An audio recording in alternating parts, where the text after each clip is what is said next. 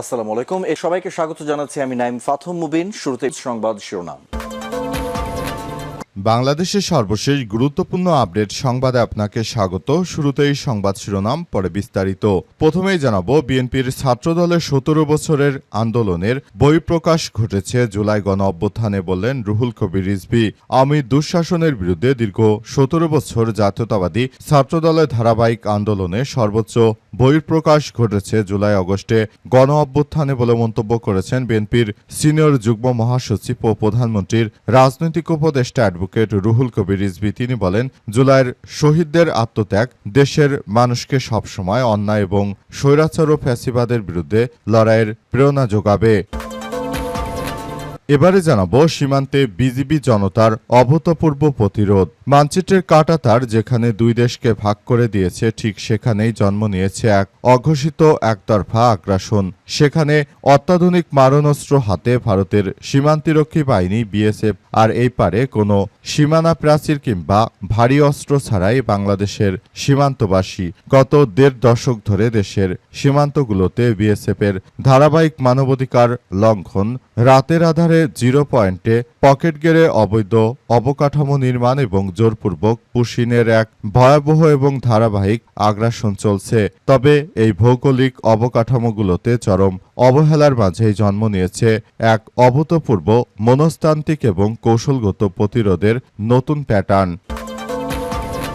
এদিকে বাজেট বাস্তবায়নে সবথেকে বড় বাধা হবে ব্যাংকিং খাত, বলল জামাতের এমপি।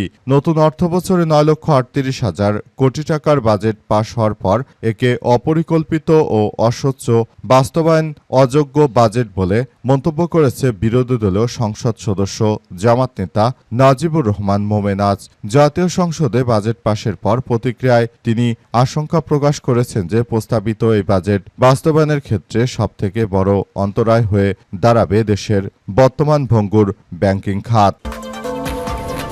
এরপর জানাবো, ফরিদপুরের ভাঙ্গায় দুই পক্ষের সংঘর্ষে গুলিবিদ্ধ যুবকের মৃত্যু, আহত অর্ধশতাধিক। ফরিদপুরের ভাঙ্গায় দুই পক্ষের সংঘর্ষে গুলিবিদ্ধ এক যুবকের মৃত্যু হয়েছে, এতে আহত হয়েছে অর্ধশতাধিক। আজ রাতে উপজেলার পূর্ব হাসামদিয়া এবং কাপুরিয়া সদরদি গ্রামবাসীর মধ্যে এই সংঘর্ষ হয়। সংঘর্ষে গোলাগুলির ঘটনা ঘটে। মৃত সুমন শেখ পৌরসভার কাপুরিয়া সদরদি গ্রামের মিলন শেখের ছেলে। তিনি একটি রেস্টুরেন্টের কর্মরত ছিলেন বলে জানা গেছে। এবং সর্বশেষ জানাবো, রাজধানীর হোলি আর্টিজানে 10 বছর জঙ্গিবাদ দমনে ইউনিটের স্থবিরতা নিয়ে প্রশ্ন। 2016 সালের 1 জুলাই দিনটি ছিল শুক্রবার। দিনের আলো নিপতেই গুলশানের কূটনৈতিক এলাকার 79 নম্বর রোডের রেস্তোরাঁ হোলি আর্টিজান বেকারি রূপ নিয়েছিল এক বিভীষিকাময় রক্তাক্ত উপখ্যানে। রাত 8:45 রেস্তোরাঁটিতে সশস্ত্র হামলা চালায় জঙ্গিরা, যা স্তব্ধ করে দিয়েছিল পুরো দেশকে। সেই রাতের হামলায় 20 জন নিরীহ মানুষকে নির্মমভাবে মৃত্যুর মধ্য দিয়ে দেশের ইতিহাসে সবথেকে বড় জঙ্গি হামলার ঘটনা ঘটে। প্রিয় দর্শক, এতক্ষণ শুনছিলেন সংবাদ শিরোনাম, এবারে বিস্তারিত। তবে তার আগে বন্ধুরা, অনুরোধ থাকবে এই সংবাদটিতে একটি লাইক দিন। এই চ্যানেলে আপনি নতুন হয়ে থাকলে আমাদের সংবাদটি দেখতে দেখতে চ্যানেলটি সাবস্ক্রাইব করে রাখুন। কমেন্ট করে বন্ধুরা আপনার মূল্যবান মতামত জানিয়ে দিন আপনি বিশ্বের কোন দেশ থেকে বা বাংলাদেশের কোন স্থান থেকে আমাদের সংবাদটি দেখছেন এবং শুনছেন। আর বন্ধুরা, সংবাদটি আপনার সোশ্যাল মিডিয়া ফেসবুকে শেয়ার করে বন্ধুদেরও দেখার সুযোগ করে দিন। গাজা যুদ্ধে আপনি যদি নিরীহ ফিলিস্তিনিদের ভালোবেসে থাকেন বন্ধুরা, কমেন্টে ইয়েস লিখে পুরো বিশ্ববাসীকে আমাদের এই তাজা আপডেটটি দেখার সুযোগ করে দিন। এবারে বিস্তারিত।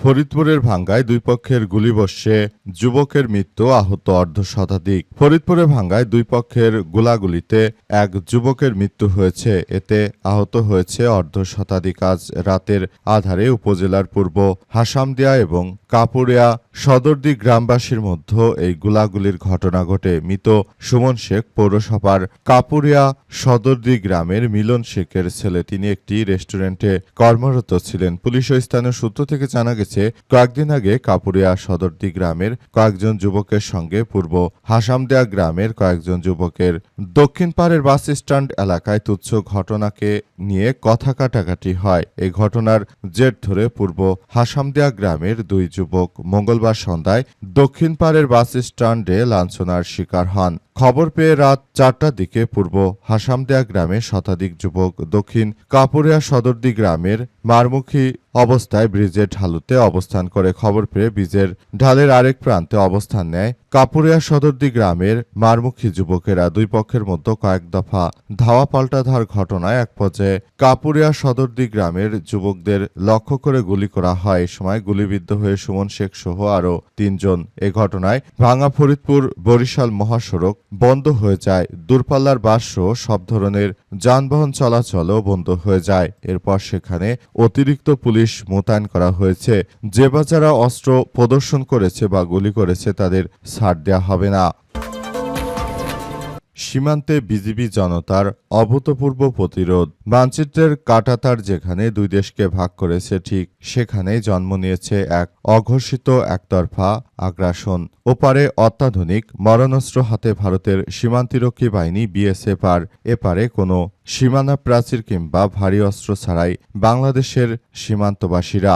গত 1.5 দশক ধরে দেশের সীমান্তগুলোতে বিএসএফের ধারাবাহিক মানবাধিকার লঙ্ঘন, রাতের আধারে 0 পয়েন্টে পকেট ঘেরে অবৈধ অবকাঠামো নির্মাণ এবং জোরপূর্বক পুশিনের এক ভয়াবহ ধারাবাহিক আগ্রাসন চলছে। তবে এই ভৌগোলিক ও অবকাঠামোগত চরম অবহেলার মাঝে জন্ম নিয়েছে এক অভূতপূর্ব মনস্তাত্ত্বিক ও কৌশলগত প্রতিরোধের নতুন প্ল্যাটফর্ম। বিজিবির টহল নদীখাল এবং পাকা রাস্তায় তীব্র সীমাবদ্ধ থাকলেও সীমান্তে সাধারণ মানুষ এখন আর ভয়ে গুটিসুটি মেরে বসে নেই। বিজিবি দেওয়া মাইক, টর্চ ও বাঁশি নিয়ে প্রতি রাতে জনতা গড়ে তুলছে এক দুর্ভেদ্য প্রাচীর। বিএসএফের তাক করা বন্দুকের নল উপেক্ষা করে তরুণ সমাজ যে কোনো অন্যায়ের তাৎক্ষণিক জবাব দিচ্ছে। অন্যদিকে পুরুষদের চেয়ে এক কদম এগিয়ে মা বোনেরাও প্রতিরোধ গড়ে তুলতে পিছু হটতে বাধ্য করছে ভারতের সন্ত্রাসী বাহিনী বিএসএফকে।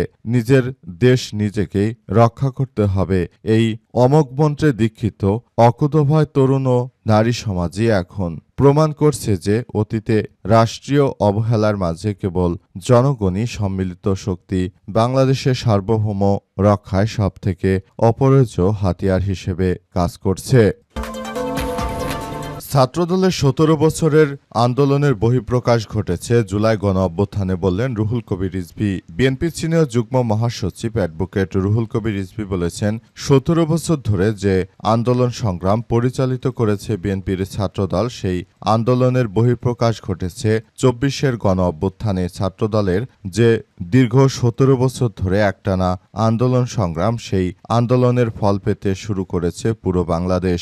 দেশটাকে সুন্দরভাবে গড়ে তোলার মধ্য দিয়ে সবাইকে এগিয়ে যেতে হবে বলে জানান তিনি। রুহুল কবির রিজভী আরও জানান, বাংলাদেশটাকে সুন্দরভাবে গড়ে তোলার মধ্য দিয়ে সবাইকে এগিয়ে যেতে হবে। পুরো বাংলাদেশটাকে সুন্দরভাবে গড়ে তোলার মধ্য দিয়ে আমাদের সবাইকে এই কার্যক্রম এগিয়ে যেতে হবে। তাই বিষয়গুলো নিয়ে সবাইকে এখনই এই কার্যক্রমগুলো চালিয়ে যেতে হবে বলে এমন কথা নিশ্চিত করা হয়েছে। রুহুল কবির রিজভী আরও জানান, বাংলাদেশটাকে সুন্দর মতো সাজিয়ে গুছিয়ে তোলার জন্য একমাত্র বাংলাদেশের বিএনপির নেতৃত্বাধীন সরকারই পারে, অন্য সরকারের ক্ষেত্রে এটি কোনোভাবে আসলে করার সুযোগ নেই। তাই আমরা বলতে চাই, বিএনপিকে ভালোবেসে সবাই যেমন ভোট দিয়েছে, আশা করছি ভবিষ্যতেও সবাই বিএনপির পাশে থাকবে, ছাত্রদলের পাশে থাকবে। কারণ ছাত্রদলের নেতৃত্বে যে কার্যক্রম শুরু হয়েছে সেটা অনবরত চলতে থাকবে, এমন কথাই নিশ্চিত করা হয়েছে।